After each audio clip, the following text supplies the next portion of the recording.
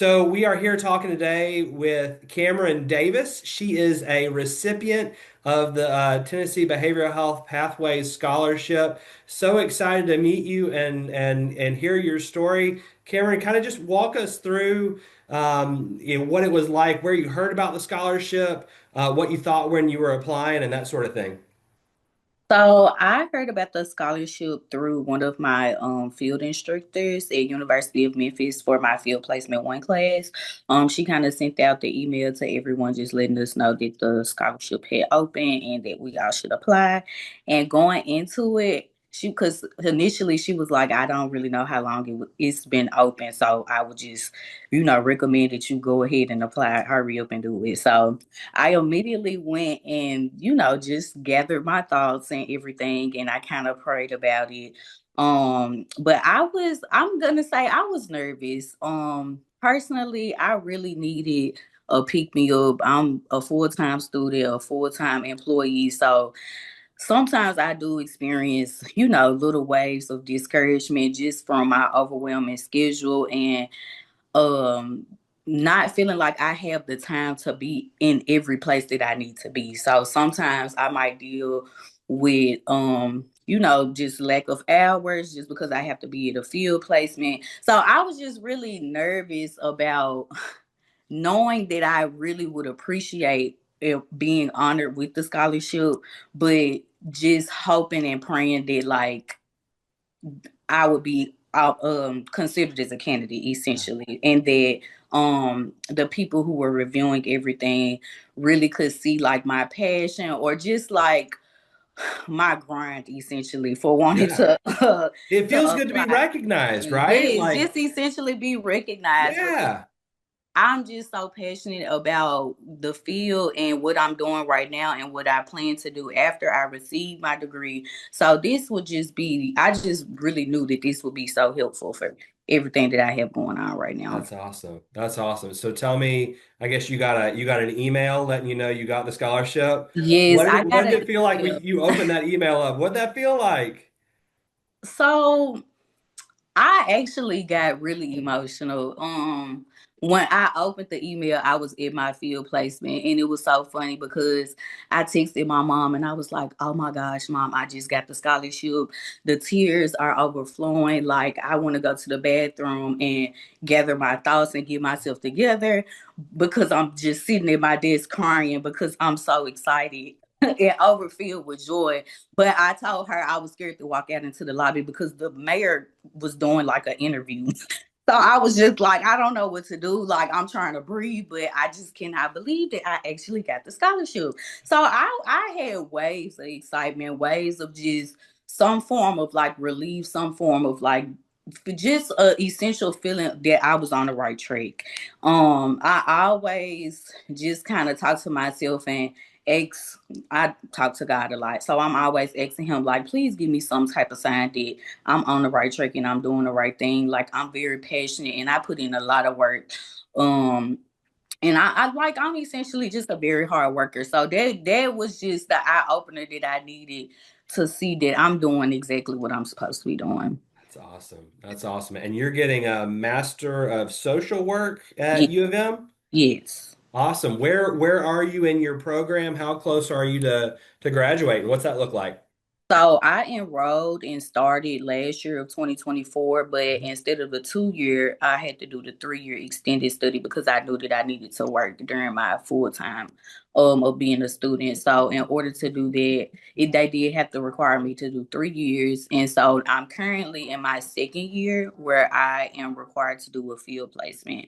So this is my first year of field. So I'm very excited. I've been placed at the Youth and Family Resource Center here in North Memphis. And it's essentially just a program that was created to help students who have been given like juvenile summons and things of that nature to give them just a different pathway to get themselves back on track. Yeah. Yeah, that's awesome. What made you want to get into this field?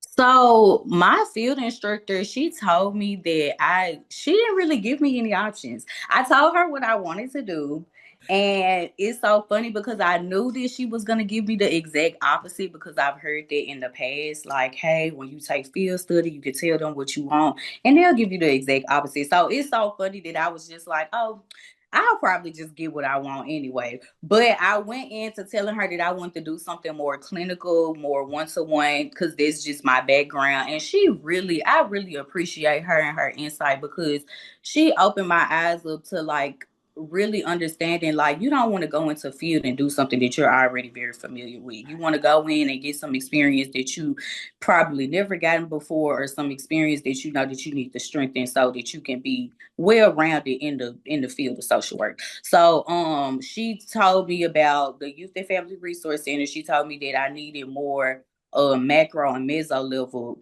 experience because I had a lot of micro level experience. So that's essentially, once she said that, I was like, you know what, you're right, you're right. So I didn't even try to give her any backlash with it. I just went with it, and I am Yeah. so grateful that I did because it's only been week one, and I really love my field placement. Like I feel like not only do we work with students to get them back on track and complete their what they have to do for their summons, but it's also just just a great feeling to be a part of the impact. I feel like the school to prison pipeline is a very real thing, and I feel like this field placement or this center is doing a lot of work to make sure or just to alleviate some of those experiences for these children, just to get them out of their systematic um experience of just being thrown into the jail, just being labeled as a criminal and things of that nature. So yes, I really appreciate, and we also work with youth and mental health. So we also provide, or the program also does provide mental health services to youth as well. Awesome. So it's a lot of moving parts, but they're all working together to just provide youth with a better opportunity to success. Yeah, yeah, right on. Is that kind of the area you think you want to work in once you graduate? What does post graduation look like for you? Post graduation looks like me studying for my clinical license exam. So I immediately want to graduate and get the ball rolling with trying to get licensed. That is my goal. And then I'm not really sure if I want to stay in Memphis, because I've done so much work in Memphis. That's always what I said. For undergrad, after undergrad, I want to go back to my hometown and really implement the skills that I've been taught and work with my community. Just bring all of that back to my community. Yeah. So now that I've done that, I feel like, I mean, of course, there's a lot more work to do, but personally, I have done my part. So I can take my expertise to somewhere else. I feel like it would be time for that after I do complete my licensure and everything. So I would probably be looking more in that direction to move my skills elsewhere. Totally. Where is home? Memphis, Memphis is home. Okay. Okay. I'm yes, with you but there. I did undergrad in Maine. I went to Bates. Oh, So I spent 4 years away from home, and it um just really made me appreciate where I was from and the yeah. people that the environment that I grew up in, and it made me notice, a lot of the barriers and just discrepancies that people in my environment, black people essentially. I grew up in a predominantly black environment, so I just feel like when I went to Maine and I did my undergrad, I just noticed a lot of things that kind of challenges that we don't really have the resources to kind of battle ourselves. So a lot of my just duty, I feel like, is um just to bring back that advocacy that I was had the privilege of growing up and seeing. Like, I'm trying to get my words out, but Yeah. No, you're essentially good. I like it.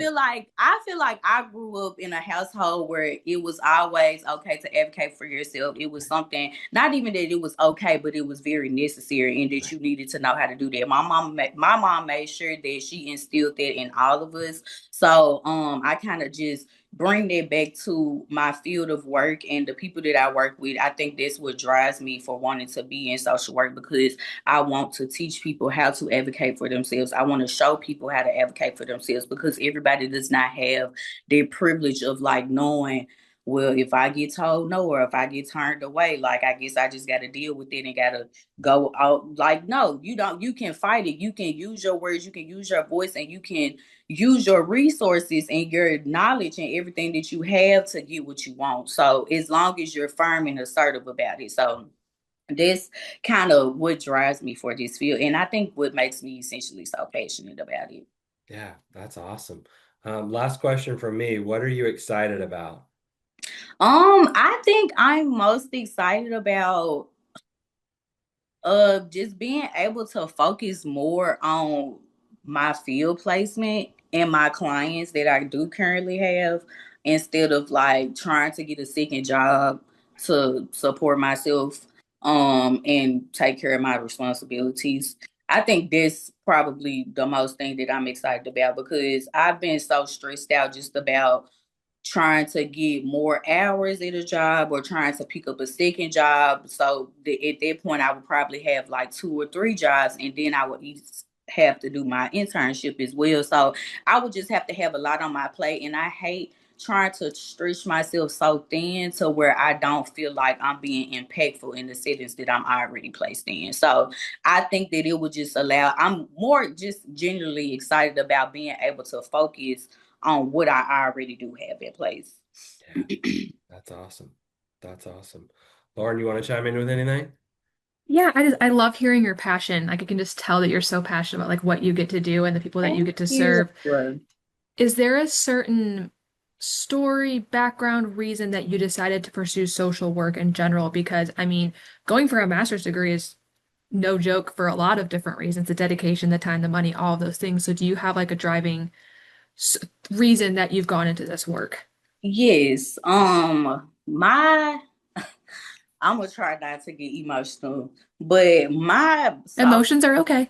I'll put my that back up. sole thank you. My sole reason for getting into social work, into mental health and everything is my little brother. He was diagnosed with ADHD and ODD back when he was, I would say, probably like kindergarten. My mom would get a lot of calls just to come pick him up because of behaviors, and she didn't really know what to do, so she got him evaluated and kind of went down the whole thing of advocating for his needs and what he needed to be better and successful in class, instead of just trying to kick him out and expel him or suspend him. So watching that definitely fueled my passion for advocacy and mental health in general.